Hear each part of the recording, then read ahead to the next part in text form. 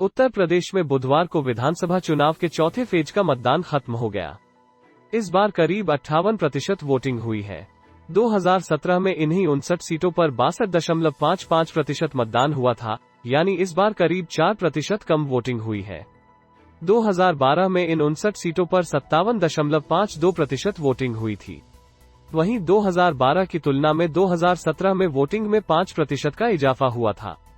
पिछले 3 चुनावों में इन 59 सीटों का एनालिसिस करें तो पता चलता है कि जब वोट प्रतिशत बढ़े तो उस समय के विपक्षी दलों को फायदा हुआ। 2012 में 8% बढ़ने पर सपा को 22 और 2017 में 5% वोटिंग बढ़ने पर भाजपा को यहां 48 सीटों का फायदा हुआ। इस बार इन 59 सीटों पर 4% वोटिंग घटी है। इस लिहाज से सत्ताधारी दल भाजपा को फायदा होने के आसार हैं। बात 2017 चुनाव की।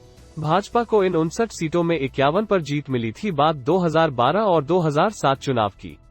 2012 में करीब 57.52% वोटिंग में इजाफा हुआ तो बसपा को 14 सीटों का नुकसान हुआ। पहले 3 फेज की 172 सीटों का गणित भी जानिए। एक पहले फेज की 58 सीटों पर 62.4% वोटिंग हुई थी, जो 2017 से 1.2% कम। पहले फेज में 10 फरवरी को भी वेस्ट यूपी में ही वोटिंग हुई थी, तब यहां की 58 सीटों पर 62.4% वोटिंग हुई।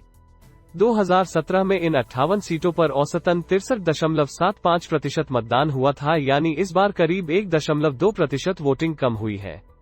2012 में इन्हीं 58 सीटों पर 61.03% वोटिंग हुई थी, यानी 2017 में 2% से ज्यादा वोट का इजाफा हुआ था।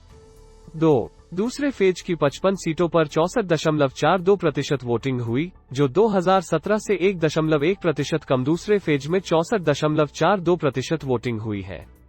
2017 में इन्हीं 55 सीटों पर 65.53% मतदान हुआ था, यानी इस बार करीब 1.1% कम वोटिंग हुई है। 2012 में इन 55 सीटों पर 65.17% वोटिंग हुई थी। 2012 की तुलना में 2017 में वोटिंग में करीब 0.36% का इजाफा हुआ था। 2012 में सपा को 29 और 2017 में भाजपा को यहां 33 सीटों का फायदा हुआ। इस बार इन 55 सीटों पर 1% वोटिंग घटी है। थर्ड फेज में 59 सीटों पर 61% वोटिंग हुई, जो 2017 से 1.21% कम। थर्ड फेज में 61% वोटिंग हुई है। 2017 में थर्ड फेज में इन्हीं 59 सीटों पर 62.21% मतदान हुआ था, यानी इस बार करीब 1.21% कम वोटिंग हुई है।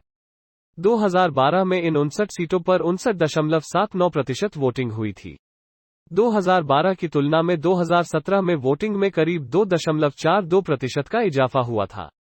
2012 में सपा को 37 और 2017 में भाजपा को यहां 41 सीटों का फायदा हुआ। इस बार इन 59 सीटों पर 0.7% वोटिंग घटी है।